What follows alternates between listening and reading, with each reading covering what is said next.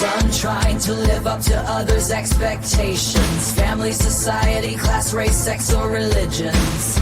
It's time to break free from the isms that make us feel like we're in prison. I'm ready to be unleashed as fuck. I'm ready to be unleashed as fuck. Tired of the madness, done with the sadness. Gonna break free and be unleashed. Hello. Oh, hey, rebels. That's what I was supposed to say. What do you say? So I get this right. Hello, rebels. We're Unleashed AF, and we've got some useful shit for you today. We're diving into finding joy in the midst of chaos. And it is chaotic, isn't it? Wow. Seems quite appropriate after what just happened last night, but we'll get to that. Today, we're talking about ways you can keep yourself from getting too bogged down or depressed or overwhelmed by the barrage of information and governmental changes that are happening in our country right now. We're going to talk about getting active, getting creative, having fun, laughing, and how you can actually do that right now. Right. Before we get there, I'm Deidre Beecham. I am a visibility catalyst and founder of the Nice Girl Revolution. I left a religious cult, came out of the closet, walked away from a 20-year marriage built on nice girl training and patriarchal conditioning. Over 27 months, I rewired my brain. Yeah, I rewired my brain, rewired my mind, and reclaimed both my power and my sanity. Whew, that's questionable. I dare nice girls to unmask their power voice, take up space, and lead like the badasses they are. Yes, you do. Jenny, and on to you. Yeah, I'm Jenny Badig, hypno coach and human factors engineer. I empower people to tap into their subconscious superpowers to be used for good, of course, and to achieve their full potential. And welcome to Unleashed AF, the podcast where we help you own your greatness and unleash your authentic self. If you're enjoying our shows, be sure to like, share, follow, subscribe, all those social media verbs, and drop your thoughts, questions, and suggestions in the chat or comments or on the WWJDD page of our website, which is unleashedafpodcast.com. That's WWJDD, which stands for What Would Jenny and Deidre Do? So we do this podcast for you all, and we love hearing from you. And last week, we talked about sane voices in a whirlwind of shiitake, which we are definitely in. But if you missed last week's episode, it's currently available on YouTube and Facebook at Unleashed AF. We're going to start out with a little week in review. Oh, man, we do not cover everything because why? Not enough time in the day. There's not enough time because it's always crazy. But we do share the things that kind of impacted us and we thought it was important to talk about. So we're going to go ahead and start there. Yeah, and you might want to mention, I guess, that this is one of the few times that we're pre-taping the episode. You. So caveat, there may be crazier shit that happens between our taping and when we hear this on Friday.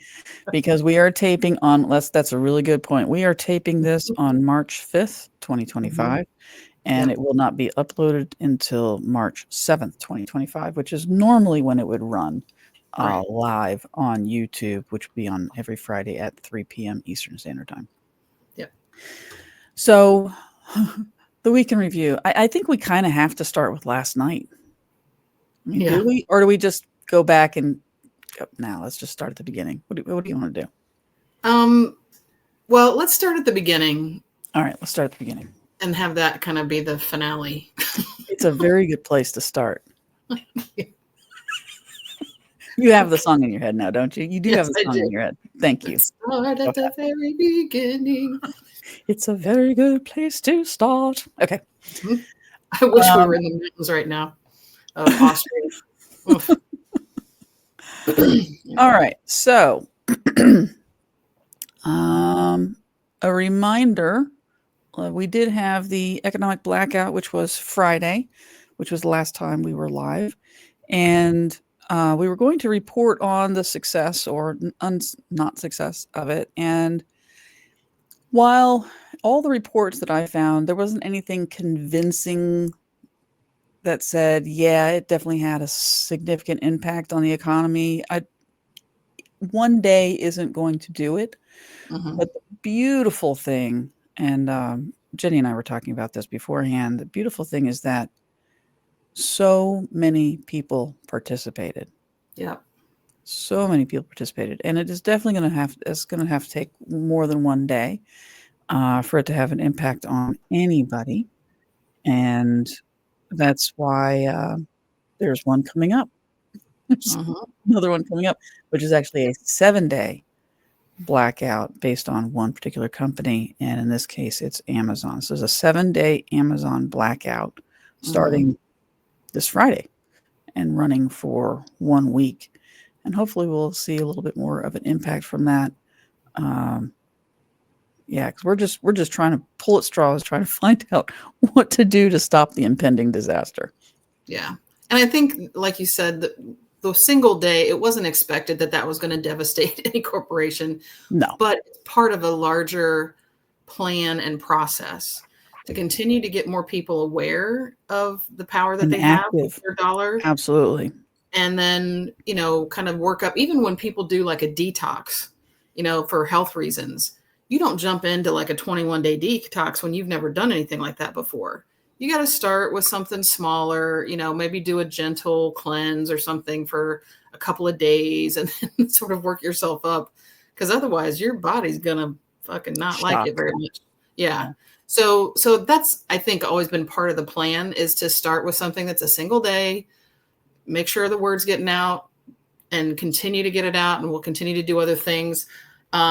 So this week-long thing of just Amazon is, of course, the next one, but there's also, there's sort of a week off, the 14th through the 21st. I'm not aware of any blackouts, but then the 21st through the 28th, the idea is to do a boycott of all Nestle owned brands. It was a lot. Um, yeah. So Nestle we'll is get into that not just more. about chocolate anymore. It's just Right. not just about chocolate anymore. Right. And then March 28th is also the next 24-hour economic blackout, like the February 28th one was. Mhm.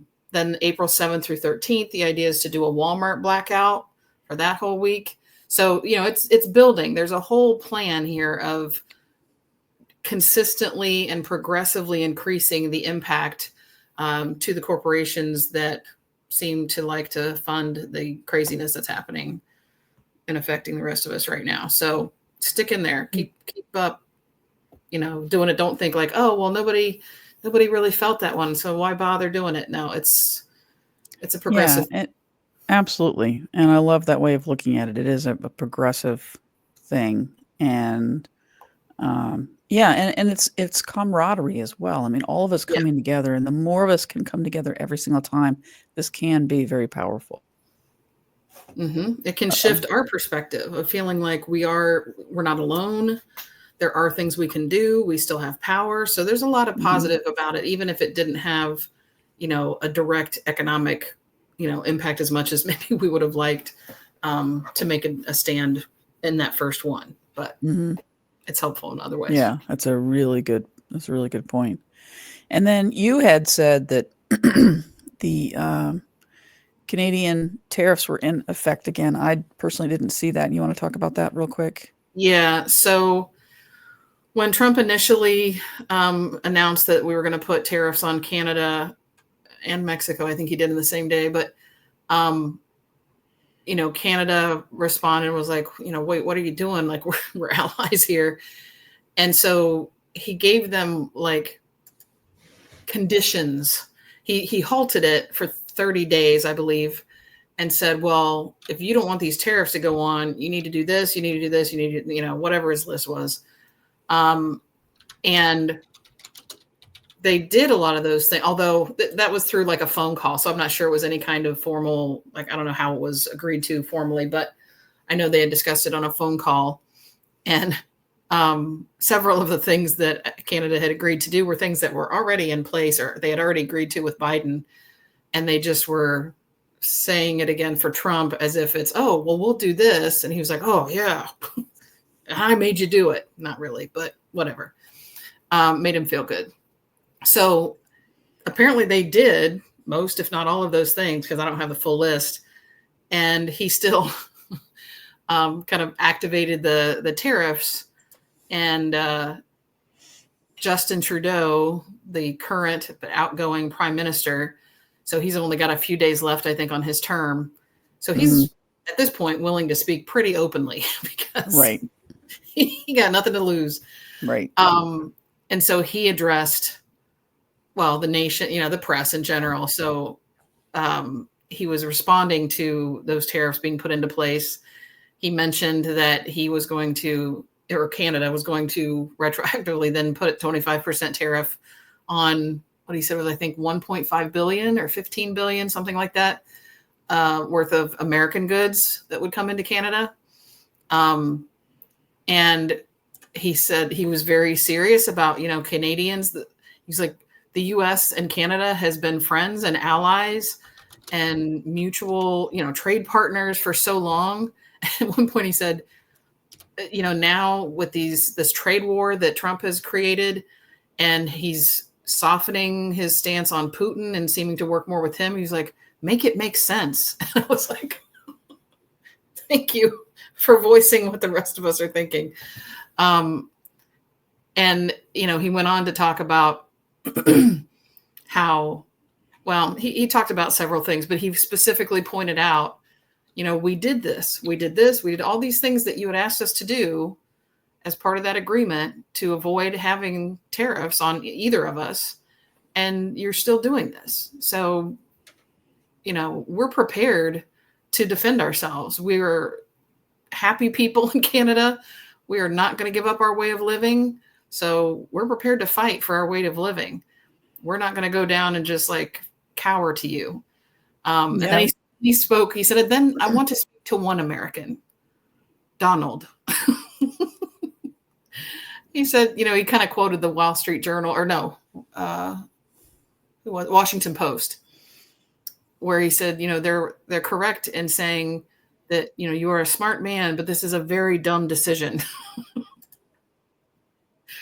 So I thought, well, he's half right on that one. Yeah, and I just looked up 25% tariff across the board, evidently. I didn't go into the details of it, and 100% tariff on Teslas. Just from Canada's perspective. From Canada's perspective, yeah, they are doing that. Yeah.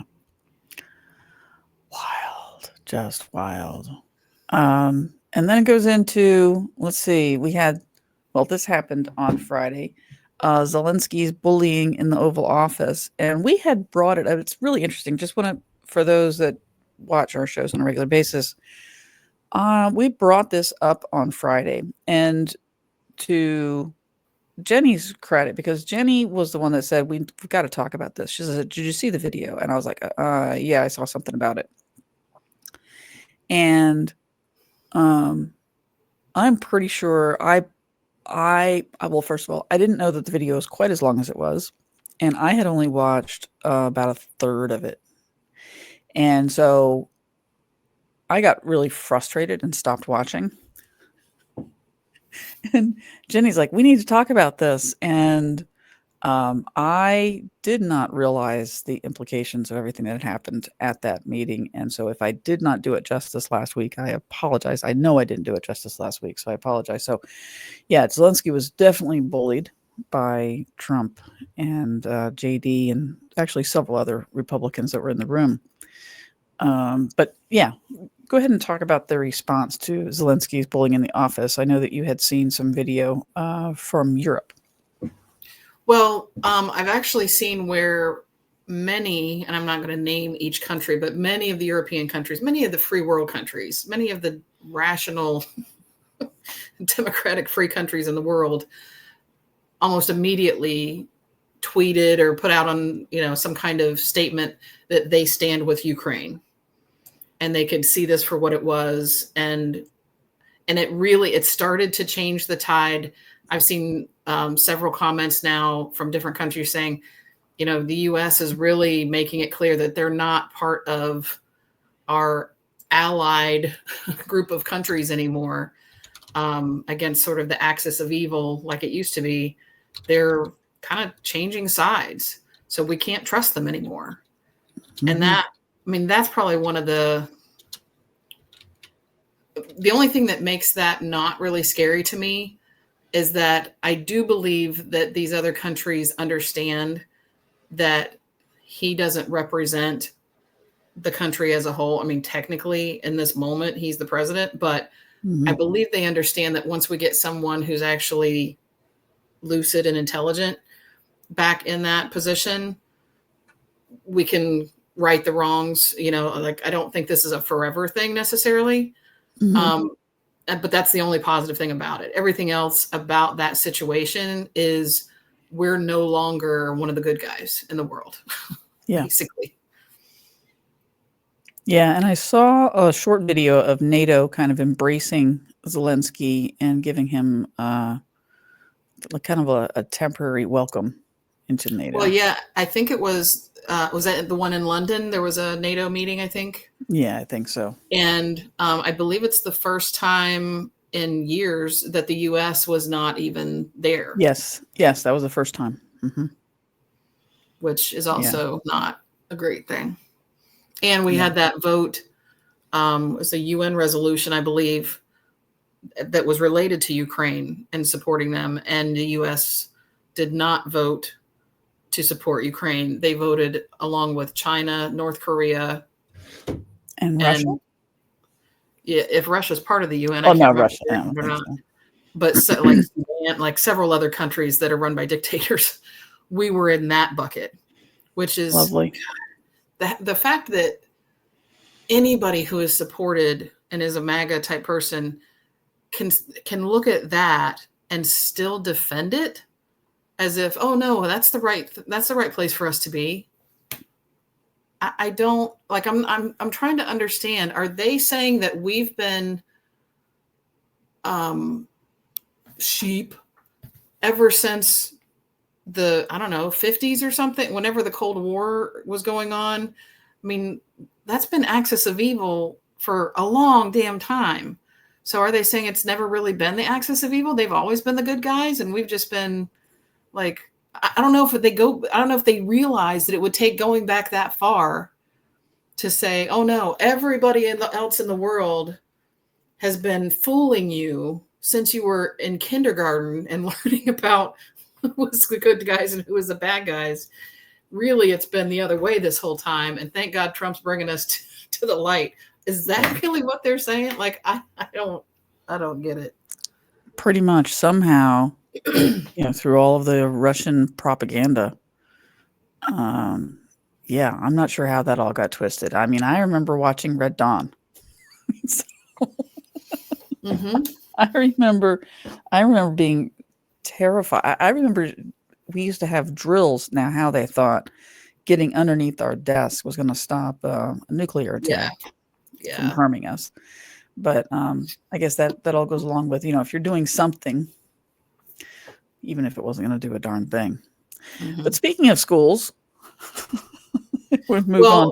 The other thing that you mentioned, you talked about that conversation between like a son and his father or whatever, that kind of falls along those lines too of, wait, are you like, you're saying Russia is better? What was that conversation you were just talking about? Yeah, that's right. I didn't download it, but it was a conversation between a son and his father. And he was just, had the camera on himself and then turned to his father. And he was like, hey, so Dad, tell me what you think about Zelensky. And he was like, he's a crook. He's a crook. He hates he's just a thief. And he's like, oh, okay. So who started the war with Ukraine? He's like, Zelensky started. And he's like, wait, but Zelensky started it? And he's like, yeah, Zelensky started. And he says, so the Russians invaded the Ukraine. Do you agree with that? Yes. So, okay. So you agree that Russia attacked Ukraine? Yeah, but it's just Zelensky's fault because he put them in a position where they had no choice but to attack. Okay. So why did Russia attack Ukraine? well, because of Zelensky and how horrible he is to his people, so Russia needs to come in there and just free all the people underneath Zelensky because he's a crook. And he's like, oh, okay, Dad, okay. And he says, where do you get your facts from? Where are you getting your news, idiot? Wow. Yeah. Yeah. So every time I find some of these stories, every time I find one of these stories, it just more of my. And I know that sounds crazy, but I just think how brainwashed people are, and it's so easy for us to look at it and go, oh, my God, that father, he's an asshole, he's racist, he's whatever, but they're looking at us as crazy as we're looking at them, if these are this kind of information. So they're looking at us going, what the hell? And we're looking at them going, what the hell? Yeah. Yeah. And I think part of what's tough about that and tough about trying to either understand their perspective or change their perspective is, we talked about this in a podcast last year sometime, the idea that two people can be looking at something from different perspectives and see a completely different thing. The six, like a 6 and a 9, right? So a 6 upside down is a 9 in certain fonts. So you're both technically right from your perspective. The problem is we're not both right. We're not. So it's difficult sometimes to try to understand how they even get to their perspective. And it's not based on what it's the news they watch. Yeah, but I mean, if you think about it, part of the thing that's hard to then argue with them about is when you say, well, that's not correct, that's not accurate, or well, that politician lied or whatever. It's like, well, yeah, but your politicians lie too. Okay, well, hard to disagree with that. Yeah, politicians lie. So, like there's so much that is hard to just hardcore say, no, it's a 6. I'm telling you, it's a 6. It's not a 9. It is not. Well, and it doesn't help when the people that are telling you information don't know the information themselves. I mean, here's a little clip. I wasn't planning on showing this right here, but here's a little clip of Trump, and he's being asked about the tariffs. I think it's important to see. On tariffs, you just said with China. Who are you with? I'm with The Independent. Oh, that's good. It's on tariffs. You just said with China. Thank you. We charge them. We charge them as in we charge China, but the tariffs are paid eventually by American importers and consumers. No, they're not. No, I think they're paid for by the country. I think they're paid for by the country that we put the tariff on. I think he doesn't. So it goes back to the video we showed last week from Robert Reich, where he explained how tariffs work. And like technically, yes, the tax is levied on the people. Well, even the tax or the tariff is paid for by the importer. It's not paid for by the exporter. It's paid for by the importer because they're the one paying. So you could say, well, I saw another thing the other day where they said tariffs work as long as it's not sort of a monopolistic situation where you don't really have option to go somewhere else if the price is too high. So if you wanted to reduce the price of what you're buying or of what you're importing, and you're a monopolistic kind of or such a huge client of that exporter, you have power just to say, we're not going to buy this from you unless you reduce the price by 10%. So that would be the same kind of thing as saying, well, we're going to put a 10% tariff on your merchandise that comes in.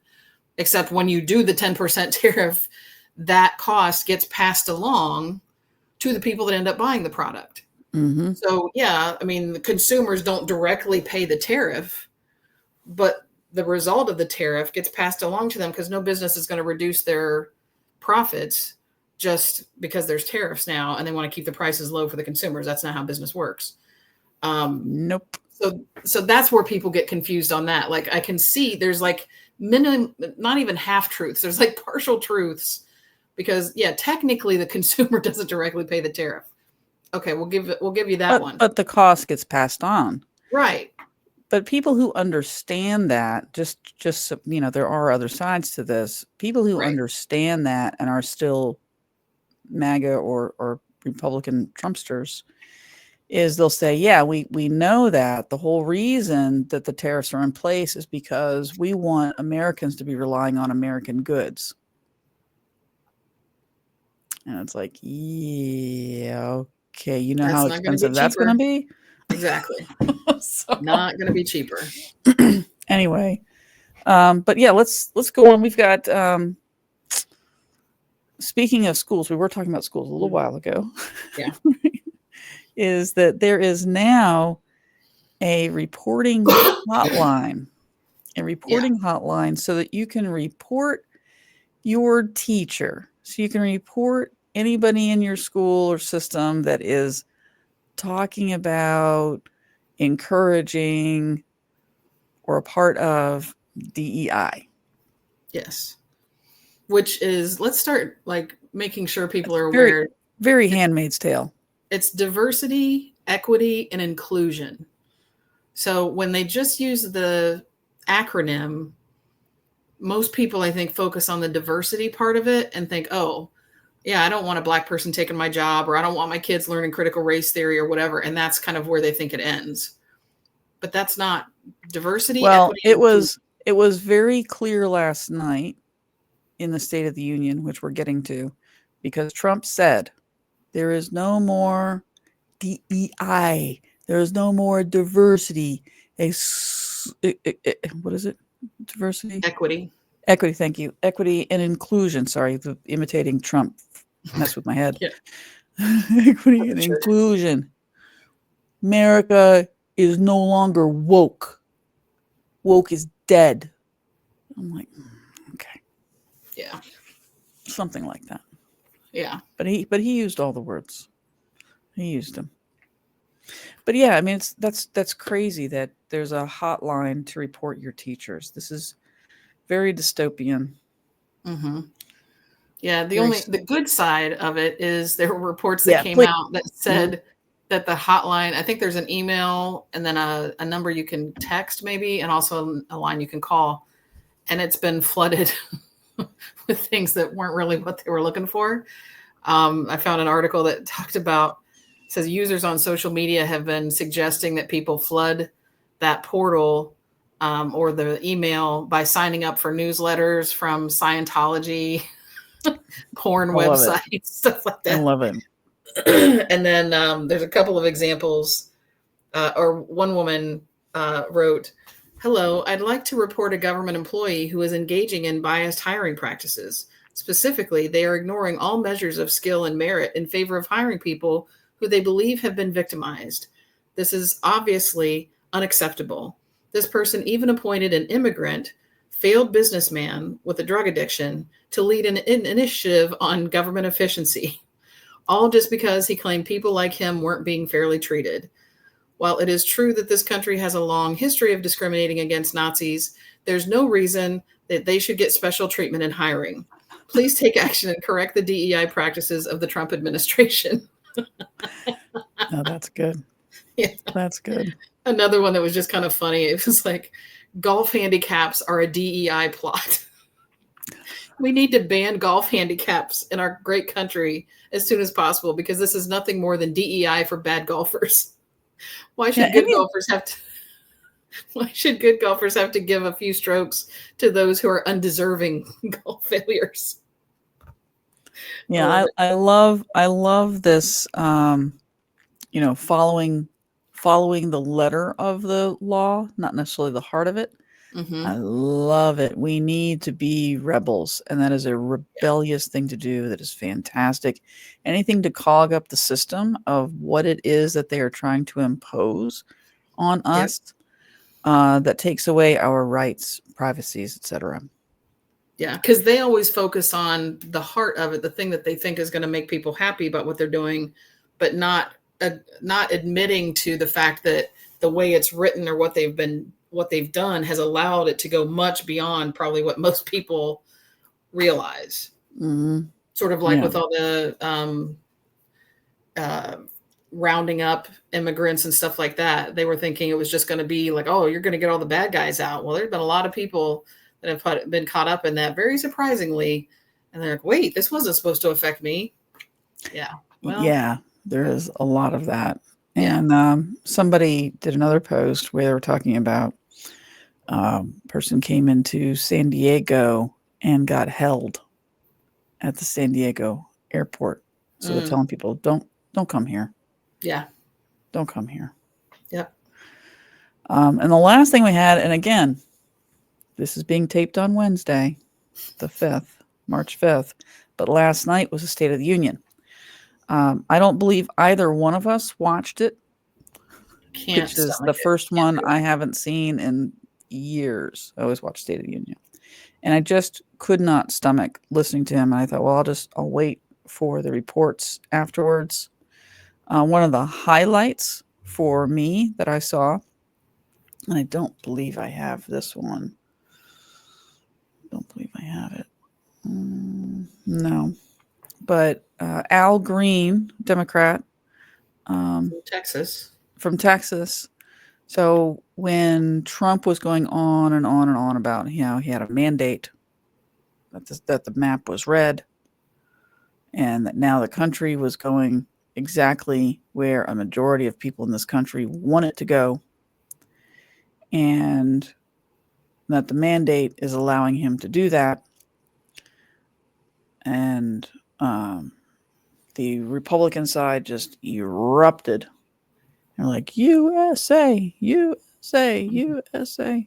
And the Democrats were sitting there with little signs, he lies, or, get rid of Doge, or fascist, stop the fascist regime. It was all kinds of little signs like that. Mm-hmm. And then Al Green stood up, and he would not sit down.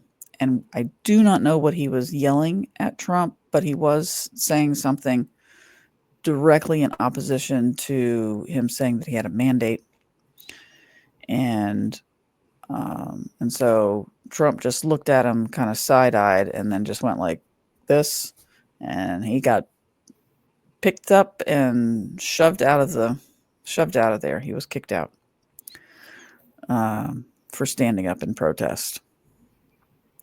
And there were a lot of things that were said in the State of the Union. And again, I did not watch it, but there were a lot of things that said in the State of the Union. They're very anti-constitutional, very king and you. So yeah, it was, from everything that I have been reading, quite dystopian.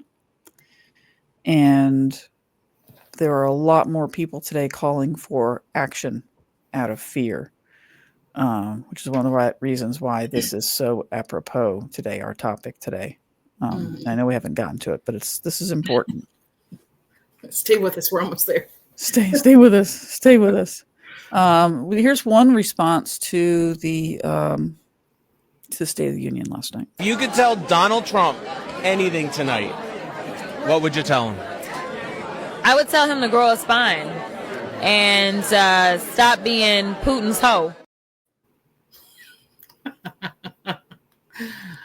Yeah, we all wish that. We all wish that he would grow a spine. And I just want to talk about one more thing before we go on, and anything you have to add and would like to add in response, is that there are so many people that say, well, you just want Trump to fail. I really don't. Really, really do not want Trump to fail as a president. I do not. He is, but I don't want that. So many people say, well, you don't like Trump, and that's what. No, I don't like his policies. I don't have to like a president to like the policies or not like the policies. I don't care for him because I think he's a horrible person. I think he's a narcissist. I think he is just a evil person. Mm-hmm.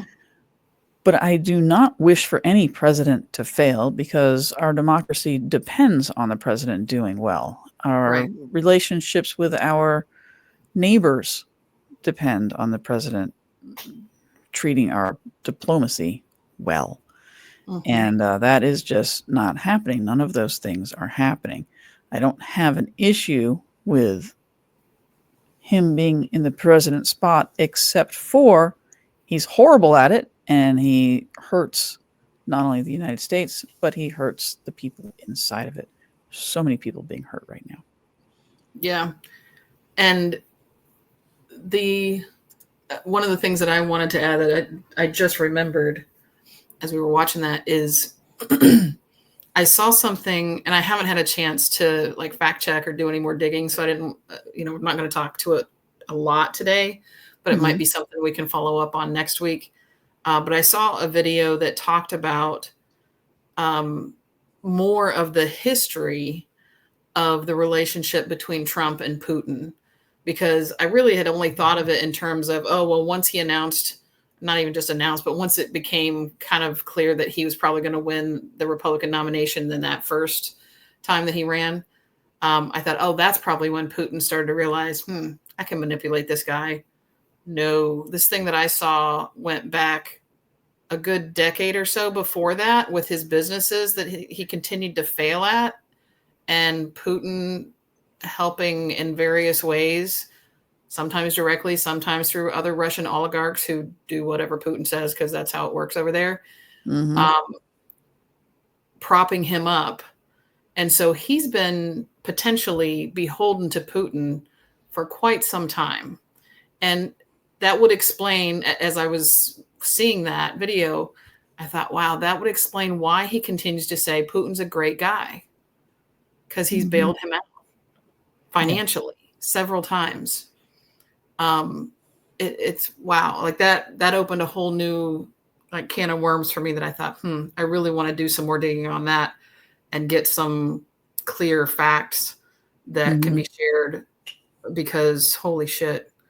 I mean, that makes a lot of things make more sense in terms of why he's doing this. I don't think he has any clue that by doing this, how he's endangering the country and our future. All he knows is what's going to serve him and what has served him, which is Putin has helped him. So why not be nice to him? He's a nice guy. Hey, he helped me out. He doesn't know all the other atrocities Putin has committed. No, and he probably wouldn't believe him even if he heard him. Exactly. Which is like all of his Because followers. he's a nice Don't guy. believe anything that he did, even though he's convicted of 34 or 37 felonies or whatever. Oh, yeah, exactly. Yeah. Speaking of, I was going to show this later, but speaking of that, I mean, you open the door. I can't help myself. From around the world to come here, including hardened criminals,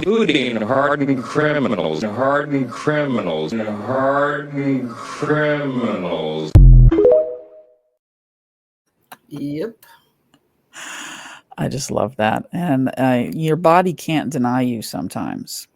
You know, you may think in your mind, well, I'm not going to show this. And he just pointed right at him as he said, hardened criminal, just hardened criminal. Yeah. And Trump with his little eyes, like he was not happy about that little dig at him. Yeah. I promise you, we are getting to our topic today. I do want to share one more thing because I think this is important. I think protests are coming quicker than we think, especially with how quickly Trump is trying to move us into fascism. I want to share this one video, and it's about protest things to know. Actually, you know what? I'll just go ahead and put it up on our site because that'll be another minute and a half. And it's protest things to know. So they are, actually, I'm just going to play just a couple of seconds of this in the very beginning. I want to make a quick addendum to this video where I said that we need to practice the following 3 phrases until they roll off of our tongues effortlessly. Oh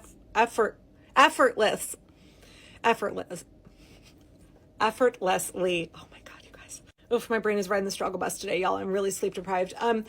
This is why it's important to have these phrases memorized so that we don't actually have to expend any mental energy to recall them when we need them. Am I being detained? Am I free to go? And I'm exercising my constitutional right to remain silent, and I want my lawyer or all. So we'll put the entire video up, but this is really important. if Trump is able to push through all the things he is going to, I hope he doesn't. I hope we'll rise up and fight him. And that other people inside of the government are fighting him. But last night, watching all of the Republicans stand up and cheer and USA and just made me feel a little less certain. So it's important for everybody to know about this, about how to protect your rights as we go through this. Yeah, and actually something else that we might want to address just right before we jump into the actual topic for today. We mentioned that Al Green did stand up and he got removed from the House floor during the State of the Union last night. I had seen a suggestion prior to that yesterday that said, Democrats really need to start getting more vocal and being more sort of aggressive about their disagreement basically with what's happening. And that suggestion was that each one of them individually should stand up and walk out of the State of the Union, like one at a time, walk down to the front and then over to the other aisle and walk out that way. So it was very obvious. And so that didn't happen, but Al Green did at least stand up and do something. And you've got a video of another country and how they were kind of handling it. So in Serbia, similar situation where they're having two sides just really not agreeing with how things are going. And here, the Democrats held up little signs for their protests and said boo a few times. Here's what happened in Serbia last week.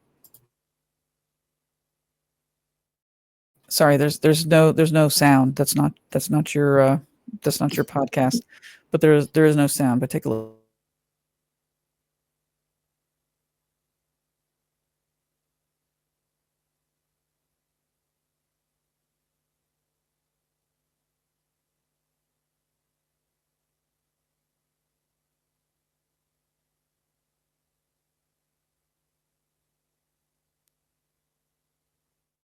I mean, they're not even talking about fascism, guys. This is just they want to increase, some funding for higher education, and they're like, no, we need to do this first. And boom, there's smoke bombs going. I mean, obviously, there's a lot more going on than we're being told, but we need to be more demonstrative. Yeah. People that are in opposition to this regime need to be ready to be more demonstrative. When Al Green got taken out of the room, the rest of the Democrats immediately started calming down and stopped booing. That's you're showing compliance. You're like, oh, kick one guy out. Oh, okay, we'll be quiet. Shh, we'll be good. Don't kick us out. Get kicked out. We want to see you get kicked out. We want to see you fighting for us. Yeah. Oh, yeah. Yeah. Okay. All right. You have anything else before we go on to this? No. All right. Let's go ahead. So with all this crazy, I told my wife the other day, I said, oh my gosh, I made a decision to come to this timeline. Because I believe I was reincarnated several times, and I'm looking at it and I'm going, I chose this, right? I chose to come here at this time. This is a crazy time. This is an absolutely crazy time. And so how are you finding your joy? Seriously, how are you finding your joy in all of this? I mean, I know I keep hearing from so many people about how they're having such a difficult time just getting through their day. So how are you finding your joy, Jenny? Probably the primary way that I find my joy is by watching either comedians that are talking about stuff and putting a funny spin on it, or parodies that are made. Sometimes I create my own parodies. I haven't done it with anything going on in the government lately, but I've done it in the past just to be able to laugh. And, just like I said earlier, we were talking about it's a 6 from this perspective, it's a 9 from this perspective. They can't both be right, but they both think they are. And you could look at something and think of it as being very negative, very scary, very sad. But that's the beauty of a good comedian can look at that same thing and go, "Now I can make a spin on this where it's happy, where we can like laugh about it. Not necessarily happy, but we can laugh about it." And so that's where I've been trying to put more of my focus and my energy. And there's things like, I mean, The Daily Show is a good example of that. I see a lot of Oh clips in yeah, my feed that's a good one. from The Daily Show. I know you like to watch Colbert. Yeah, I do. He does a I lot get of quite a bit of enjoyment from watching Colbert's monologue. Mhm. Yeah. Yeah. And there's other comedians out there right now that are doing similar things. I mean, most of the late night shows, Jimmy Fallon, Jimmy Kimmel, Seth Meyers, those people, their monologues are all including stuff about the political climate right now and making it funny. So there's several opportunities, and not that you have to stay up late necessarily to watch these things, but there's clips of them that are shared in social media. That's usually how I see them. That's probably the number one thing, is finding people that are finding a way to turn it into something we can laugh about. Doesn't take away from the fact that it can be serious and we need to take action on things as well, but it reduces my stress level to be able to hear not only that somebody else is also seeing it as equally ludicrous as I'm seeing it, but they can find a way to make it funny and to laugh about it too. Definitely reduces the stress level. So that's one of the main ways for me. How about you? Honestly, the thing that has helped the most, and it's not necessarily about finding joy, but it's about having my nervous system regulated so that I can find joy. Mm. Because that was something I really struggled with in the past. So for me, it's definitely about spending time in nature if possible, outside if possible, spending some quiet quality time.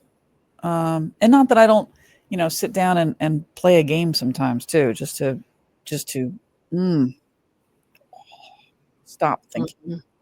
just to stop thinking. And that's one of the wonderful things about laughter and having fun, is just to take a break. I think we even talked about last week that video where they were talking about the AIDS crisis, and the guy said, that he had heard a saying, we bury our dead in the morning. We are practicing our activism during the day, and at night we dance. Yeah.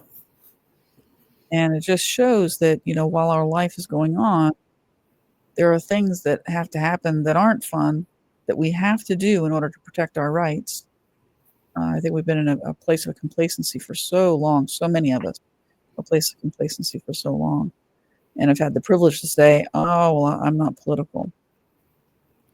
I did that for years, actually, growing up. I've been quite political for about a decade now. But yeah, I was one of those people that would say, I'm just not into politics. My entire family is like that, just not into politics. Yeah.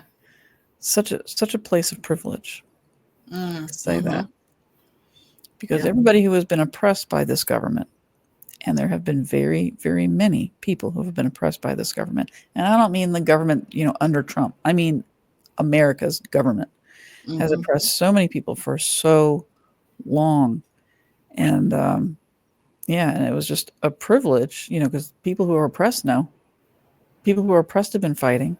Why do you think the black women voted the same way? 92% of them, because they've seen it. They recognize it. They know exactly what they're looking at. They know exactly how to protect their community. Yeah.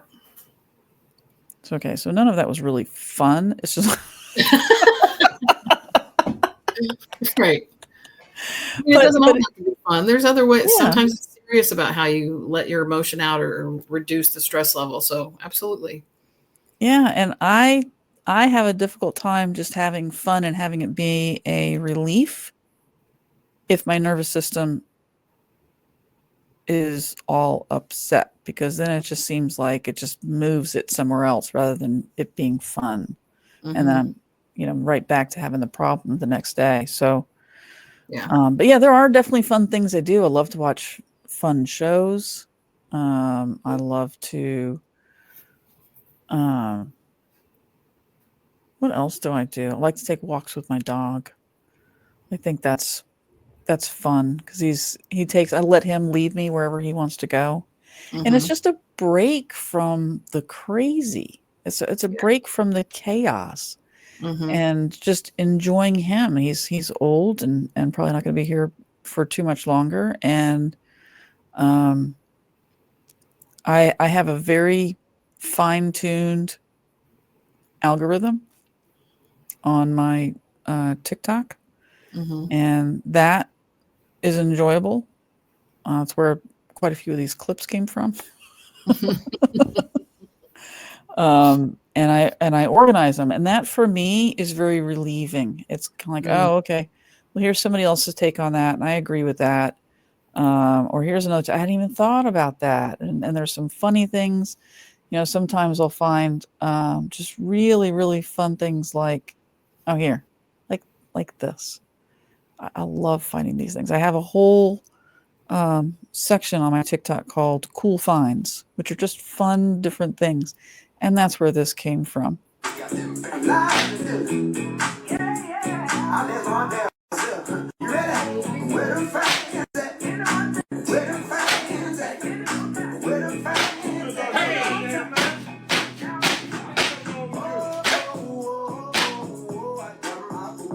How they do it? They get a raw person a fan. Come on. Oh. Oh. Come on. How you say? What you say? Get up out your. Woo! Come on. Cowboys and cowgirls feeling the groove. Sipping on moonshine. Woo!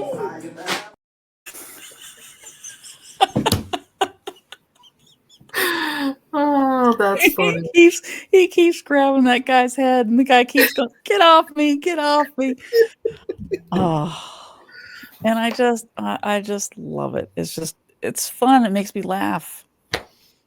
And in the middle of all of where literally democracy seems to be falling down around us, to be able Yeah. to just take a reprieve Yep. is fantastic.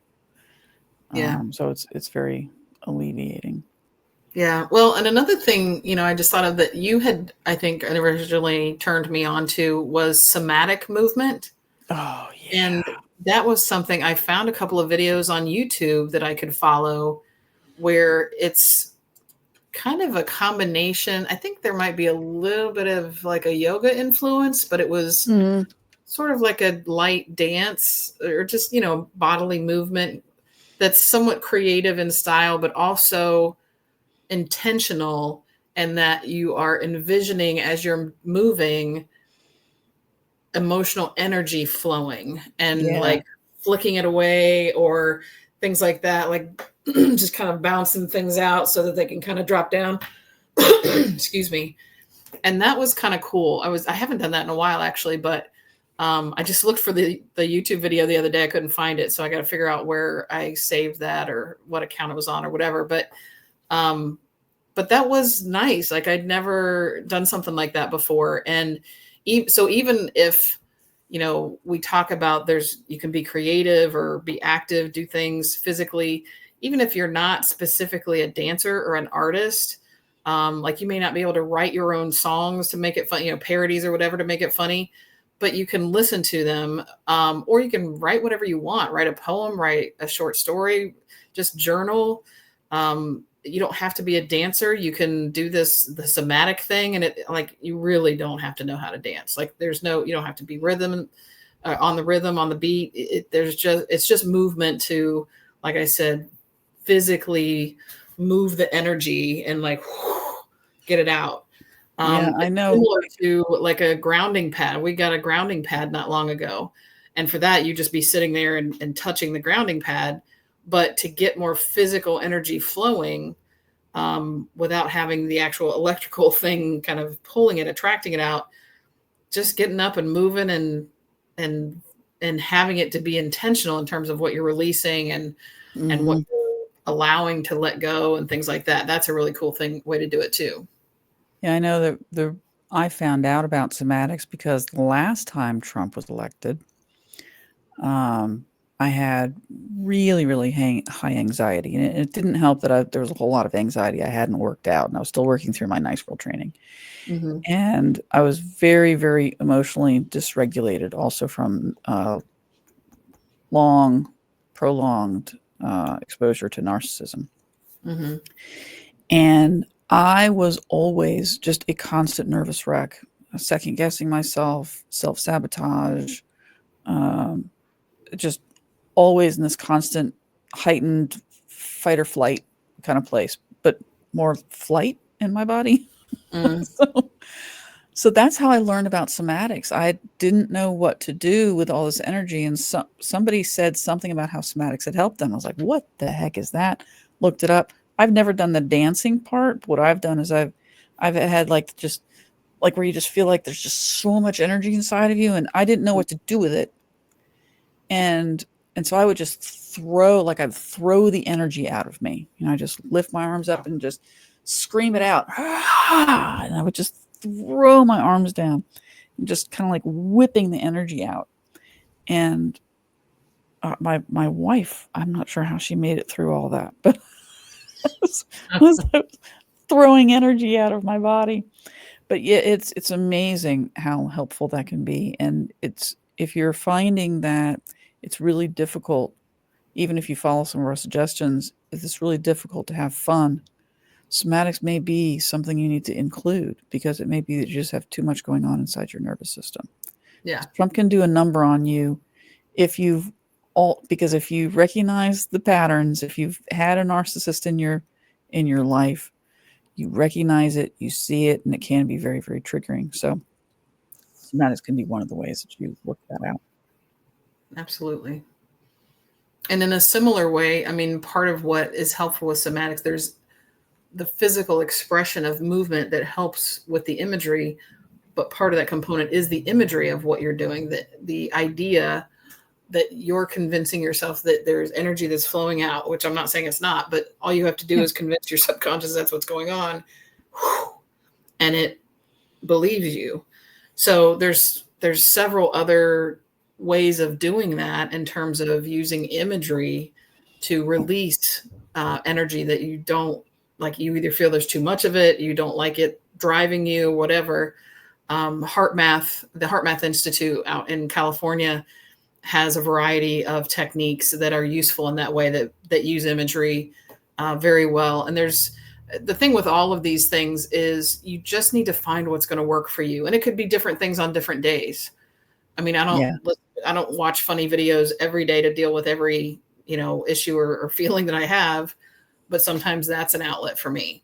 Like I said, I've on several occasions in the past written parodies when there's something that strikes me as, well, that doesn't seem right. And then if there's also the inspiration of a song that kind of seems to go along with it, and I can just change the words and it makes sense for this. I love that. And I used to do that back when I worked for the engineering firm that I worked for, or not firm, but corporation. And it helped not only myself, but several of my coworkers cope with some things that we were all struggling with together. Mm-hmm. It just helped to lighten the attitude or the mood around it. I even have some friends that, may not be specifically creative in terms of writing poetry or parodies or whatever, but they love to either craft or just paint. And it can be, sometimes it's helpful for them to do something very abstract. Like I have groups of friends that we sometimes will meet at the beach and just have an empty canvas and some paints, and we just pass the canvas back and forth and That's add awesome. whatever you want to the paint or the painting that we're doing. So that can be kind of cool. Other people I know use the adult coloring books. And those are that typically there is some structure to that. So you're just coloring, and sometimes I think you can decide what colors you're making different parts of the image. Other times it may be very like specific paint by number. So it gives you something to focus on that's like not the stuff that's bothering you. But then you create something beautiful at the end, and that feels good. There's just so many different ways. And certainly for people who are like, say, musically talented, to either write music that expresses what they're feeling, or just to play. If there's a sadness, then you might play something that just feels kind of slow and sad to you. If there's something that's hot energy, like beat some drums, or that's something that has been cool that I've done in the past too. I haven't done it lately, but I've been to a few drum circles, and that can be really cool and empowering to be drumming cool. with a bunch of, we've especially done some women's drum circles. That's been a few years now because the lady that was leading them moved away. But that's a really cool thing to all be drumming together, and even sometimes have people doing different parts, different kinds of rhythms, but it all works together. Drum circles are really cool. Even things like sound journeys, where they have either crystal bowls, or sometimes they'll have like a gong, they'll have Brazilian rain sticks.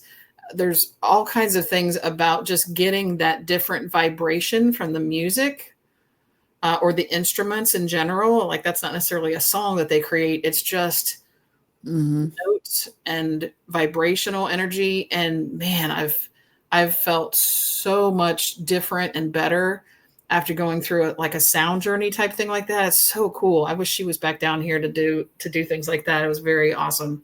I mean, there's other people that can do it, but I really liked how she did it. So all kinds of ways, whether, because I don't want people to feel like, well, I'm not an artist. I'm not. So how would I wouldn't really want to, I don't have anything I can do to be creative. Yeah. You can still use creativity to help things flow. Well, and you think about when you were a kid, it's not, if somebody hands you some crayons or paints or something, you don't sit there and go, I'm not really a painter. I'm not really a color. No, you just sit down and do it. So it's just it's just expressing. You're not doing it to sell it. I mean, Right. Nobody's judging it. It's just for you, and it's Yeah. just to enjoy yourself and to express yourself. And there's something so satisfying about that. Yeah. And even, taking that into the writing realm, like I said, if you can write poetry or write songs, knock yourself out. If you're not sure how to structure that or do that, really, just journaling is sort of like, the next step away from that, just to get it out. Because I tell you, I mean, gosh, I work with clients all the time where I just have to help them let the stuff that's been bouncing around in their head like a pinball machine, let it out. It needs to get out of the brain, out of the body. And so journaling is a great way to do that, because you're physically writing it out. It's better to physically write it than to type it, because there's more of an association with what's coming out when you're physically writing it. Yeah. But even even a step from that, journaling, a lot of people think of in terms of, well, I'll write this stuff out and then I'll come back and I may read it later and go, oh, wow, I was really feeling this way at that time. Maybe I can learn from it.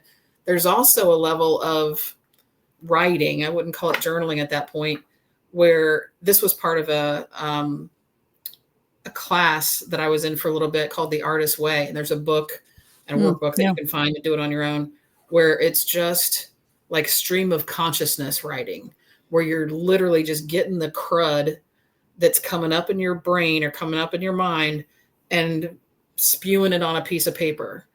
You don't have to worry about grammar, like you were talking about earlier, just color, like use the paint. You're not selling this thing. Just spew out whatever the heck is coming up for you. Don't judge it. Don't worry about spelling, grammar, crossing T's, dotting I's, whatever. Just get it out.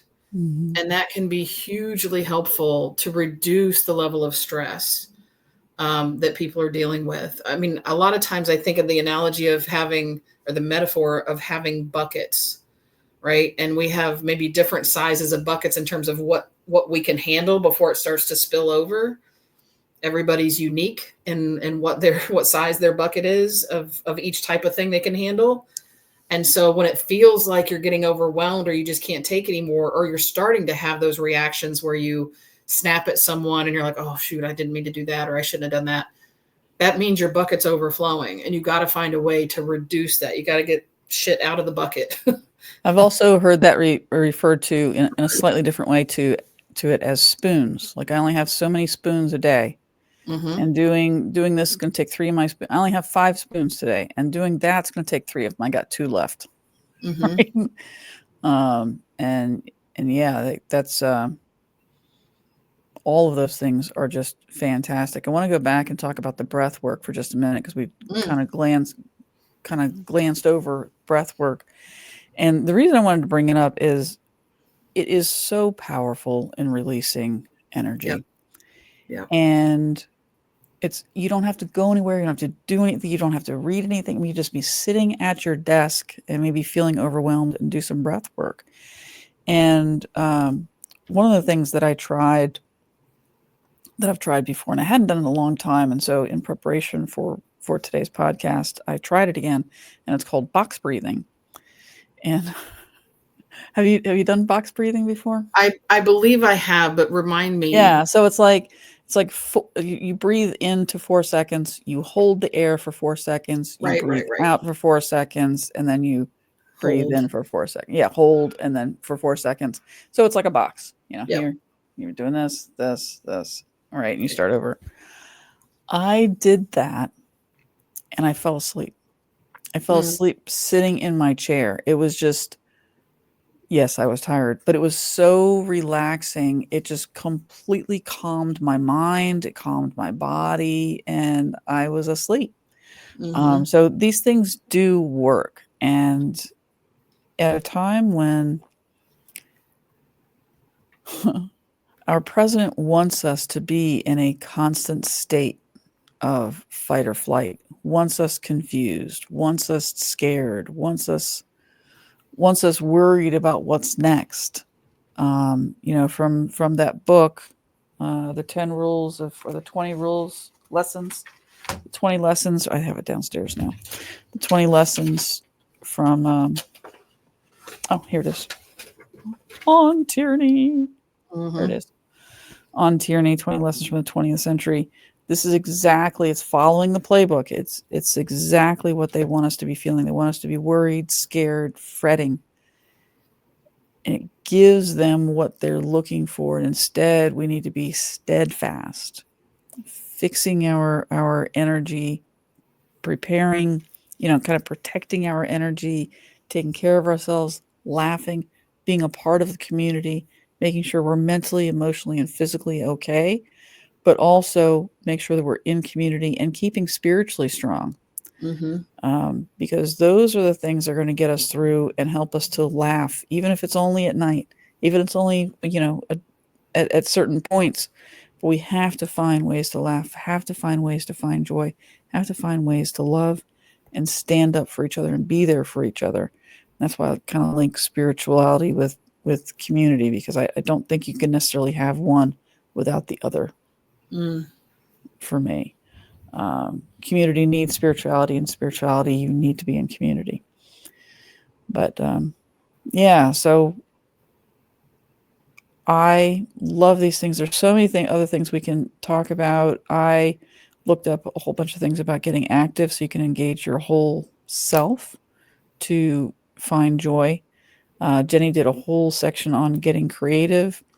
So we'll put those up on our Facebook page so that you can see those, because we don't need to go through all of these, but we have a nice little preference, a nice little sheet for you to refer to on Facebook so that you can, and on YouTube, not on YouTube, Facebook, so that you can pick and choose and have some ideas to come from. I know we wanted to mention one more thing, which is, unless there's anything else you wanted to throw up.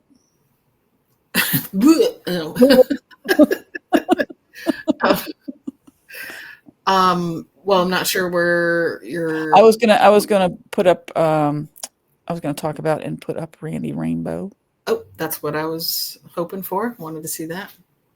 Awesome. So Randy Rainbow is one of those people that I get a lot of tension and release. Kind of leaves my body when I watch him, because he is what you were saying. Parody. He writes parodies and acts them out. Yeah, and he's absolutely hilarious. Very, very fun. This one was a series that he did. It was the same song, but he did it as different people. Anyway, so let me just share Randy Rainbow with you. Fake news. Let's see. You also sent out a controversial tweet saying that you are the king of Israel and told a group of reporters that you are the chosen one. How you doing? You okay? The news about me is largely phony. Mr. Not My President, you're acting quite bizarre. Ruling like a loon behind your Twitter avatar. Of all your recent antics, this latest one's a pearl. Now it seems you think you're God. Okay, whatever, girl. Your crazy's on full display. Wish you'd just go away. Take a vacay, hun. I hear that Greenland's nice this time of year. Dreaming of walls while the stock market falls. And now you're shaming the Jews. You say you're the chosen one, and I know what you mean. Chosen by the Russian Kremlin in 2016. When will this maniacal messiah complex pass? I hereby order you to get your head out of your ass and just... Randy Rainbow is fantastic. He hasn't been doing many videos lately. He took the entire month of January off. So if you are a follower of Randy Rainbow and you're like, where is he? He took the month off. He just said he had to. And I don't blame him. But he is working on several new parodies, and he'll be sharing them soon. And he's Emmy Award nominated. I don't know if he ever won anything, but he's been nominated. Yeah. Good for him. So he's pretty impressive. It just shows if you just stick with something, stick with it long enough. Oh my goodness. But I sure hope that there's something in this podcast today that helped to bring a smile on your face. And that you maybe found a little nugget for you to find joy in your life, because we certainly do. And one of our joys is coming here every week. That's right.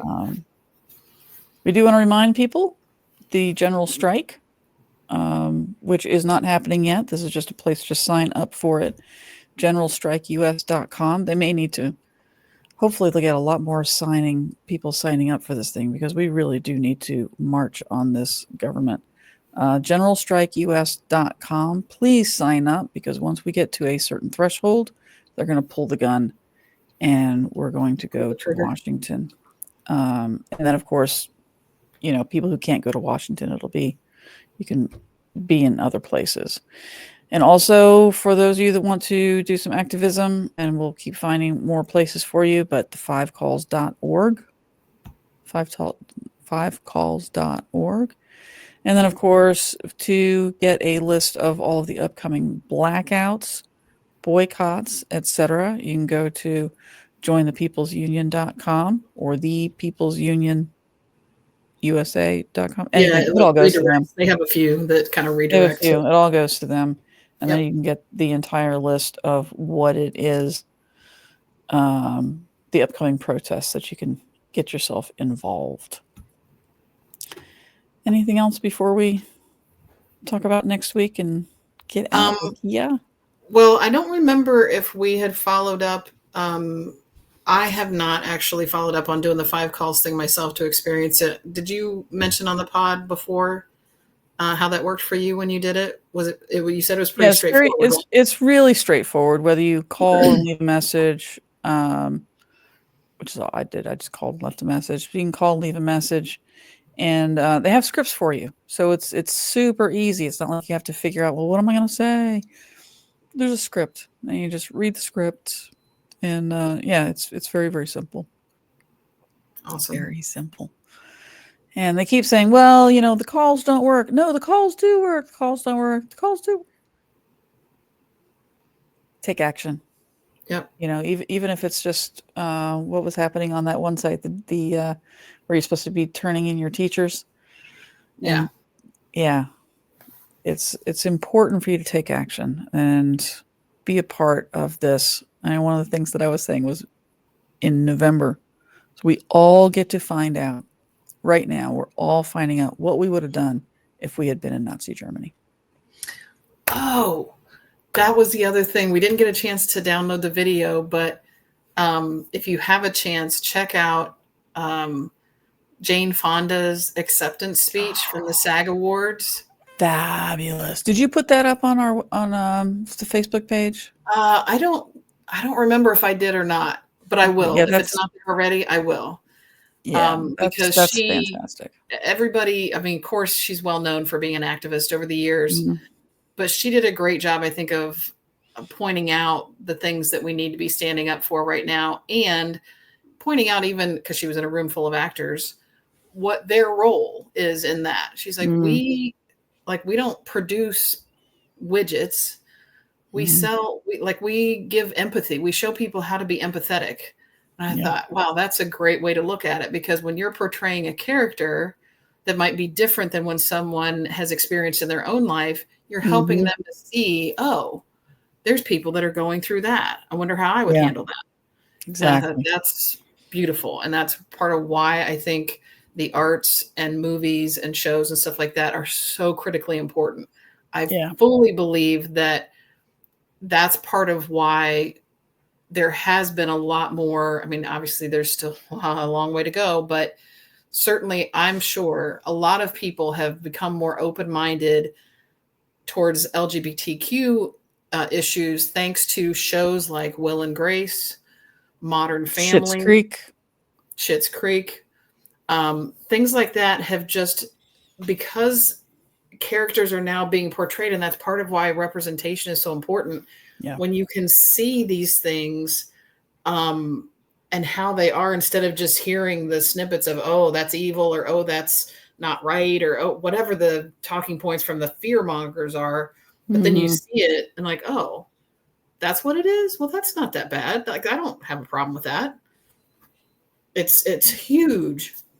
So she was very right about that. And then she had some pretty direct comments in there, which is not surprising for her. But she's 80, I think. 83? Yeah, she's in her 80s right? now. I think she's 83. She's like, and I'm still going. Like, I've still got stuff to do. And I thought, kudos to you.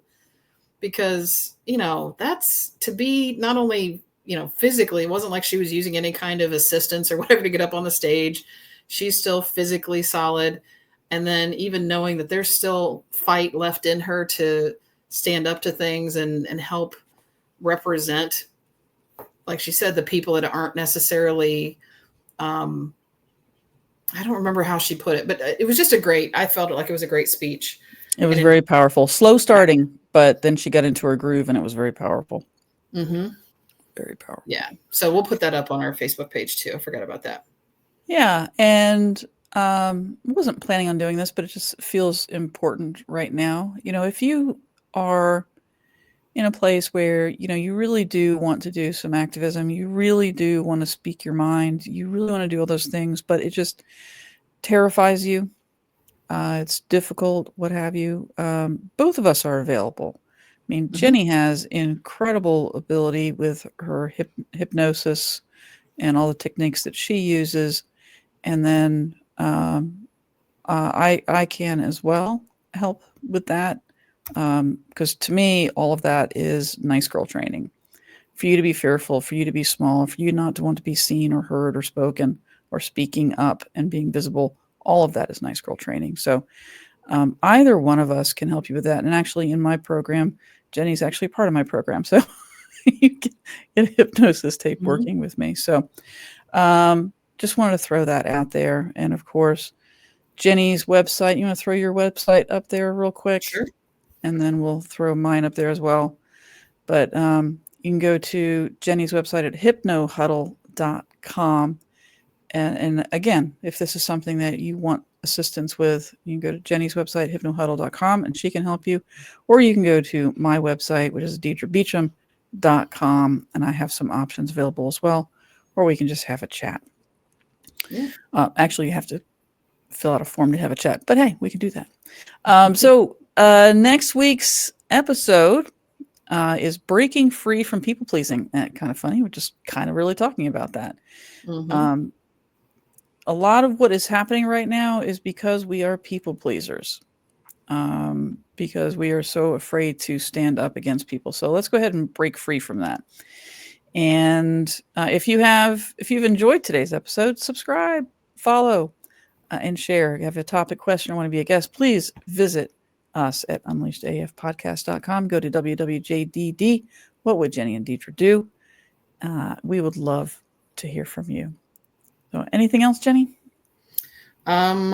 Well, one thing that I will probably talk about more next time, because I'll have more time to research it, is I've been getting seeing ads on my Facebook feed from a group called Builders, and they mentioned that they are includes people like Mark Cuban and some other people that are trying to be creative about how we approach the situation and try to kind of bridge the divide in our country right now, stuff like that. So I went ahead and subscribe to their stuff. So I'm going to look into that more, but certainly what they're describing sounds pretty cool in terms of a way to get involved and be part of the solution. Awesome. To what's going on. So okay. Be ready well, we for that. always try to bring you what we find. And if you find things, then share it with us so that we can share with everyone else. So thank you so much. And until next time, get unleashed. Take care. I'm done trying to live up to others' expectations. Family, society, class, race, sex, or religions. It's time to break free from the isms that make us feel like we're in prison. I'm ready to be unleashed as fuck. I'm ready